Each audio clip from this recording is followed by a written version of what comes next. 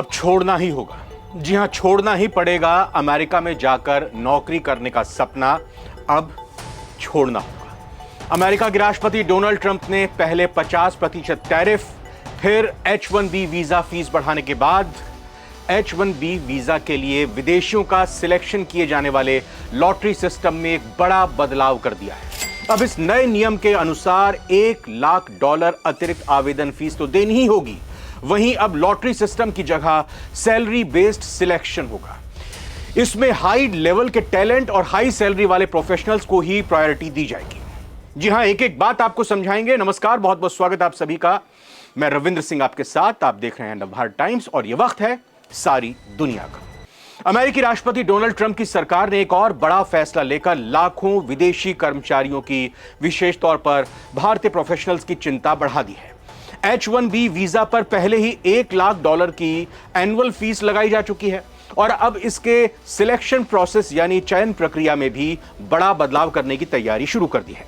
अमेरिकी प्रशासन ने घोषणा की है कि अब तक लागू लॉटरी सिस्टम को हटाकर एक नया सैलरी बेस्ड यानी वेतन आधारित चयन सिस्टम लागू किया जाएगा। इसके तहत हाईली स्किल्ड और ज्यादा सैलरी पाने वाले विदेशी नागरिकों को ही H-1B वीजा देने में प्राथमिकता दी जाएगी, प्रायोरिटी दी जाएगी। इस नए नियम का सबसे ज्यादा असर भारतीयों पर ही पड़ेगा, क्योंकि H-1B वीजा के सबसे बड़े लाभार्थी, सबसे ज्यादा ये H-1B हासिल करने वाले हम भारतीय ही हैं। पहले ये लॉटरी सिस्टम से मिलता था, लेकिन अब अमेरिकी डिपार्टमेंट ऑफ होमलैंड सिक्योरिटी ने लॉटरी खत्म करने का प्रस्ताव रखा है। नए प्लान के तहत वीजा का चयन एक 4 स्तरीय वेतन प्रणाली पर होगा। यह सिस्टम अमेरिका में काम का सपना देख रहे भारतीयों के लिए और भी ज्यादा मुश्किल पैदा करेगा। पहले समझते हैं कि H-1B वीजा में अभी तक यह चयन, यह सिलेक्शन कैसे होता था। H-1B वीजा की शुरुआत साल 1990 में हुई।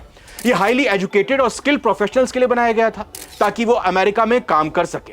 हर साल 85,000 लोगों को यह वीजा दिया जाता है, जिसमें 65,000 सामान्य कैटेगरी और 20,000 उच्च डिग्री धारकों के लिए आरक्षित हैं, यानी कि जो हाईली क्वालिफाइड हैं, मसलन PhD की डिग्री ली हुई है, M.Tech किया हुआ है, या अगर हम डॉक्टरी की पेशे की बात करें तो उन्होंने MS या इससे ऊपर की डिग्री हासिल की हुई है। अभी वीजा चयन का काम लॉटरी सिस्टम से होता है।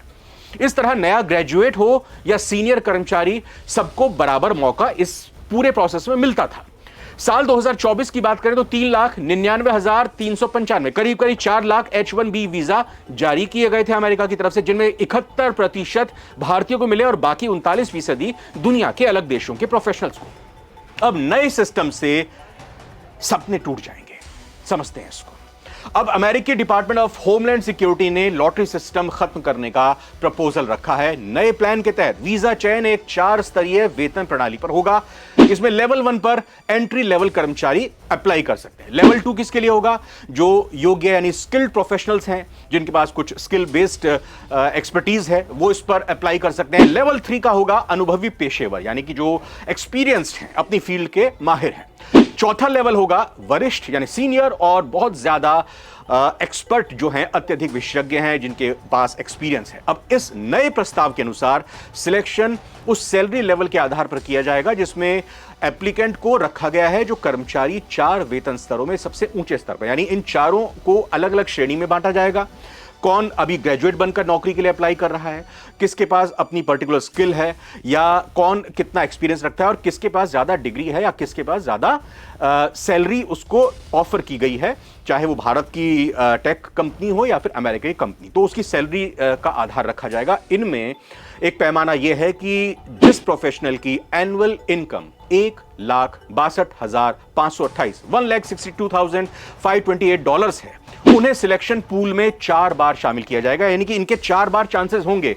सिलेक्शन पूल जो बनाया जाएगा, इन प्रोफेशनल को 4 बार इंक्लूड किया जाएगा। पहली बार अगर फेल होते हैं, फिर दोबारा मौका मिलेगा, तीसरी बार मौका मिलेगा, चौथी बार मौका मिलेगा। तो इनके चांसेस, उनकी प्रोबेबिलिटी ज्यादा बढ़ जाती है। जबकि जो कम एक्सपीरियंस के लोग होंगे, कम सैलरी वाले होंगे, जो मीडियम या लोअर एक्सपीरियंस वाले लोग होंगे उनको अब सिर्फ एक ही बार इस सिस्टम में शामिल किया जाएगा, यानी कि उनके पास सिर्फ एक ही चांस होगा, उनके पास एक चांस के बाद दूसरा मौका नहीं मिलने वाला। आगे बढ़ते हैं। इसमें दिक्कत यह है कि ऊंची सैलरी पाने वाले उम्मीदवारों के नाम कई बार लॉटरी में डाले जाएंगे, जबकि शुरुआती स्तर के कर्मचारियों का नाम सिर्फ एक बार आएगा। ऐसे में बड़ी कंपनियों का फायदा होगा और छोटे स्टार्टअप्स को नुकसान पहुंचेगा। बड़ी कंपनियों का फायदा कैसे होगा? क्योंकि बड़ी बड़ी जो कंपनीज हैं वो हाईली सैलरीड प्रोफेशनल्स को अफोर्ड कर लेती हैं। जो छोटे स्टार्टअप्स होते हैं वो जिन एक्सपर्ट्स को, प्रोफेशनल्स को हायर करते हैं, उनका सैलरी पैकेज इतना ज्यादा नहीं होता। तो अगर ये नियम लागू होता है, ये प्रपोजल अंतिम रूप लेता है, तो फिर H1B लॉटरी पूरी तरह से रैंडम नहीं रहेगी। रैंडम मतलब कि आप जितने भी वीजा के लिए अप्लाई किया गया है उनको एक साथ रखते थे और फिर उसके बाद लॉटरी बेस्ड उनको सिलेक्ट करते थे, उनका सिलेक्शन करते थे। लेकिन अब ऐसा नहीं होगा। अब जो हाईली स्किल्ड हैं उनको 4 बार इस प्रोसेस में शामिल किया जाएगा। इसकी जगह अब हर आवेदक की संभावना उसके वेतन स्तर के आधार पर तय की जाएगी। और साथ ही साथ आगे बढ़े तो ज्यादा सैलरी कैटेगरी में आने वाले उम्मीदवार की लॉटरी में कई बार प्रवेश मिल सकता है, यानी कि ज्यादा सैलरी पाने वालों की लॉटरी लगने के ज्यादा चांस हैं, जबकि शुरुआती सैलरी पाने वालों को सिर्फ एक बार मौका मिलेगा। इसका मतलब है कि उच्च वेतन पाने वाले वरिष्ठ पदों के चयन की संभावना काफी ज्यादा होगी, जबकि हाल ही में ग्रेजुएट हुए और करियर की शुरुआत करने वाले इनएक्सपीरियंस कर्मचारियों को कहीं ज्यादा मुश्किलों का सामना करना पड़ सकता है। थोड़ा और आगे बढ़ेंगे, क्योंकि अमेरिकी सरकार के प्रस्तावित नियमों के तहत अगर वीजा की डिमांड सप्लाई से ज्यादा होगी, यानी कि वीजा मांगने वालों की संख्या ज्यादा होगी, सप्लाई, क्योंकि एक तय कोटा होता है, हर साल में एक फिक्स कोटा अमेरिका की तरफ से जारी किया जाता है वीजा देने वालों के लिए। और अगर डिमांड ज्यादा होगी तो जो प्रेजेंट में लॉटरी सिस्टम है उसको खत्म करके वेतन आधारित चयन प्रक्रिया लागू की जाएगी। इसमें उच्च वेतन पाने वाले पदों को प्राथमिकता मिलेगी। यह नियम अभी प्रस्तावित अवस्था में है और इसे आखिरी रूप देने में महीनों या साल भी लग सकते हैं, समय लगेगा। नोटिस में संकेत दिया गया है कि ये नए नियम साल 2026 के लॉटरी सत्र से लागू हो सकते हैं, क्योंकि 2025 के बाद जो 2026 का जो सेशन आएगा उसमें लागू हो सकते हैं, जो मार्च के पहले हफ्ते में रजिस्ट्रेशन शुरू होने से पहले होंगे। यानी कि साल 2026 में जो रजिस्ट्रेशन कराए जाएंगे 2026 मार्च से लेकर अगले साल यानी कि 1 अप्रैल 2026 से लेकर 31 मार्च 2027 के लिए ये अगले साल से शुरुआत हो भी जाएगी। लेकिन भारतीयों के लिए बड़ी मुसीबत कैसे है?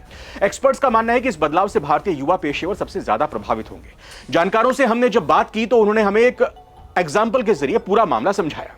मान लीजिए अगर मेटा जैसी कंपनी, हाँ वही फेसबुक और व्हाट्सएप वाली, मार्क जकरबर्ग वाली कंपनी, अगर किसी इंजीनियर को हायर करती है और उसको $1,50,000 ऑफर करती है तो उसके नाम लॉटरी में कई बार आएंगे, यानी कि उसकी हाई सैलरी है इसलिए उसके नाम कई बार आएंगे। लेकिन किसी छोटे स्टार्टअप का जूनियर डेवलपर जो $70,000 के आसपास उसको सैलरी ऑफर होती है, सैलरी उसको दी जाती है, तो उसका नाम सिर्फ एक बार ही इस सिस्टम में आएगा। इस तरह नुकसान छोटे स्टार्टअप्स का होगा। लेकिन अमेरिकी इमिग्रेशन एंड नेशनलिटी एक्ट में वीजा आवंटन का नियम अलग है।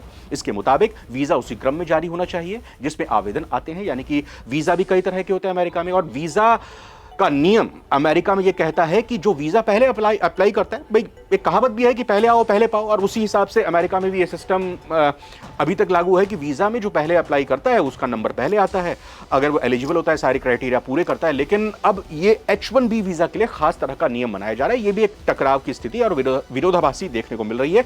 इसमें भी हो सकता है कि आगे चलकर शायद कुछ इसमें पेच फंस सकता है, लेकिन प्रस्ताव तो दे दिया गया। अब सरकार जो चाहे वो ठान लेती है, वो करके ही रहती है। सवाल अब ये भी है कि क्या इतनी संख्या में कंपनियां हायर सैलरी प्रोफेशनल्स को हायर करेंगी, क्योंकि ये बहुत मिनिमम होता है। जो हाई एजुकेटेड या हाईली स्किल्ड होते हैं और हाई सैलरीड पेड होते हैं, क्या उतनी संख्या में प्रोफेशनल को हायर किया जाएगा? इतनी संख्या में तो नहीं किया जाएगा। आप खुद समझिए, अपने आस पड़ोस में, अपने रिश्तेदारों में, अपने घर पर ही आप देखिए कि अगर कोई जाता है, हमने कितनी बार देखा कि भारत के अलग अलग IITs हों, IIMs हों, या बड़े इंजीनियरिंग या टेक्नोलॉजी कैंपस हों, या मेडिकल के कॉलेजेस हों, वहाँ पर शुरुआत में भी उनको मौका मिल जाता है अमेरिका में वर्क करने का। लेकिन अब नहीं मिलेगा, क्योंकि एक्सपीरियंस उनके पास नहीं होगा, साथ ही साथ उनकी सैलरी भी कम होगी।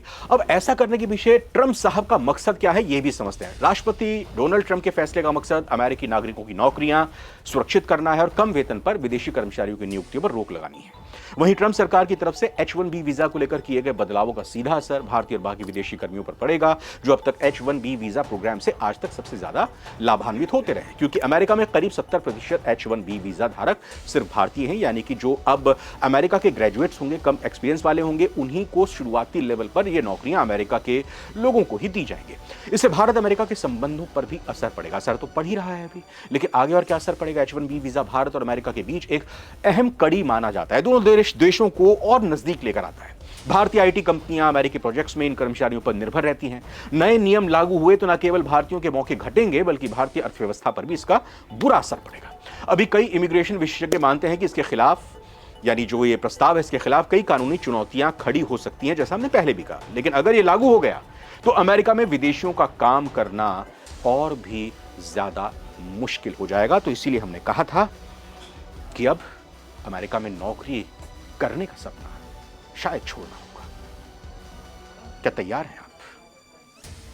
क्या तैयार हैं आप अमेरिका का यह सपना छोड़कर किसी दूसरे मुल्क में नौकरी करने का, या फिर अपने ही भारत में रहकर नौकरी करने का आप तैयार हैं?